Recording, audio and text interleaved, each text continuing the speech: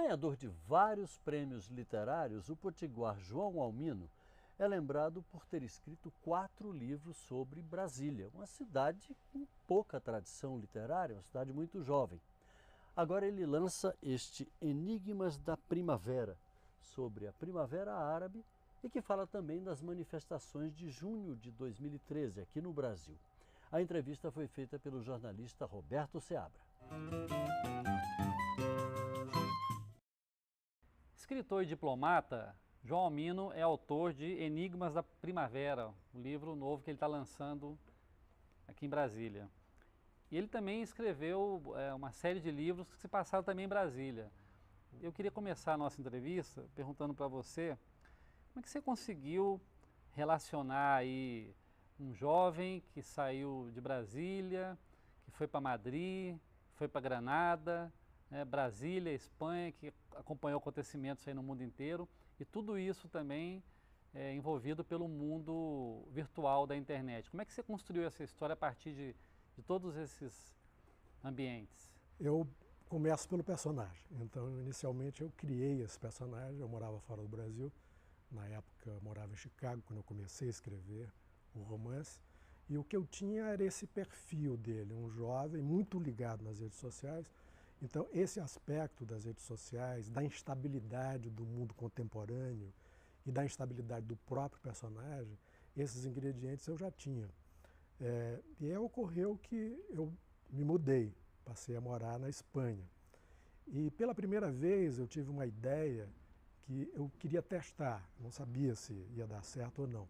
Mas em vários dos meus romances anteriores, eu me fixei muito na ideia do instante.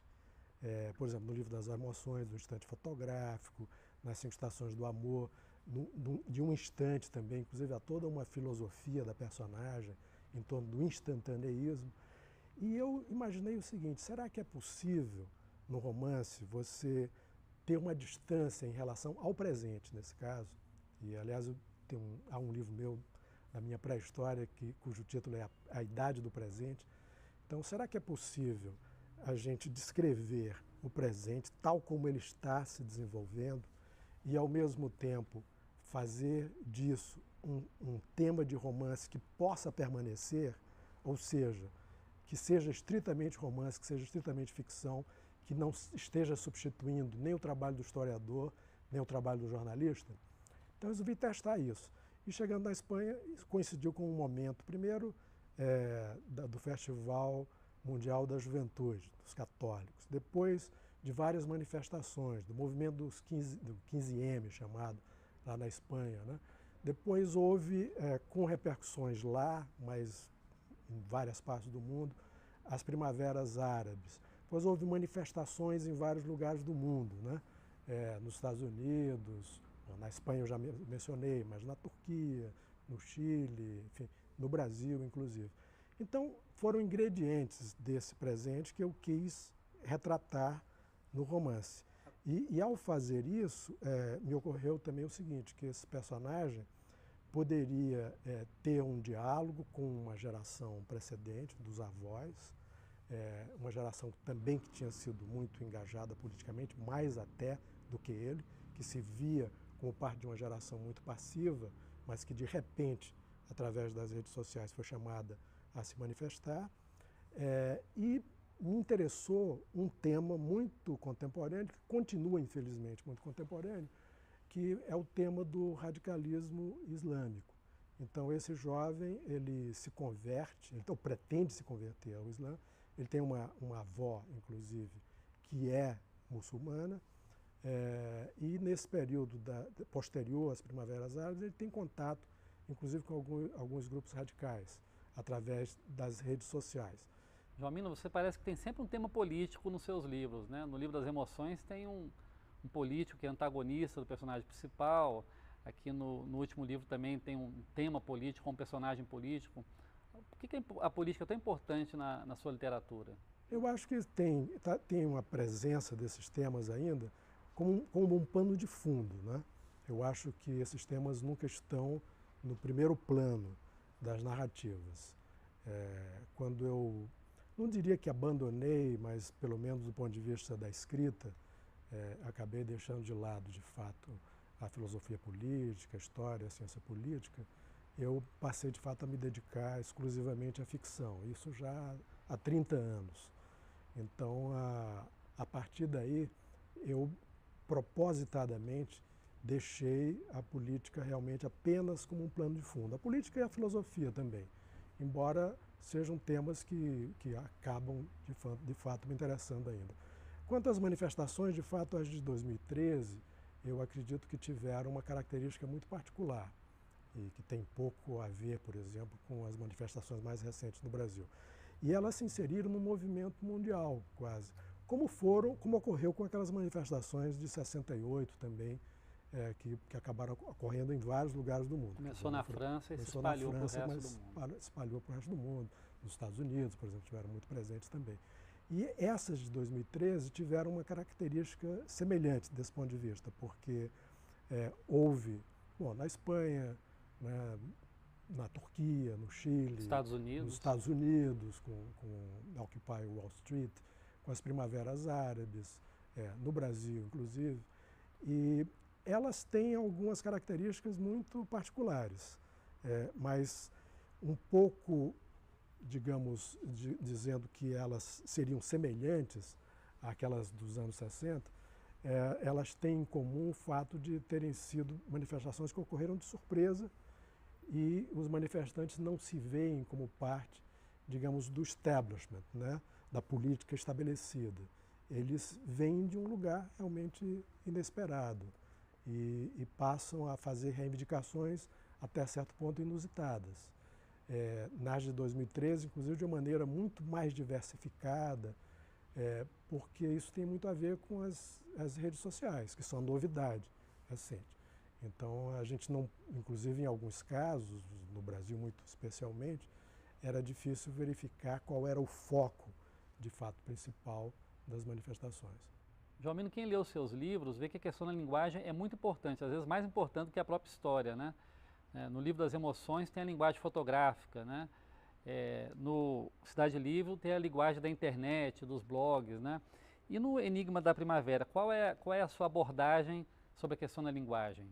Em todos os casos em que você pode traçar na minha literatura um diálogo entre essas tecnologias contemporâneas e a linguagem literária, eu criei uma espécie de jogo para dizer o seguinte: o que me interessa é exclusivamente a linguagem literária. Então, como é que eu fiz isso?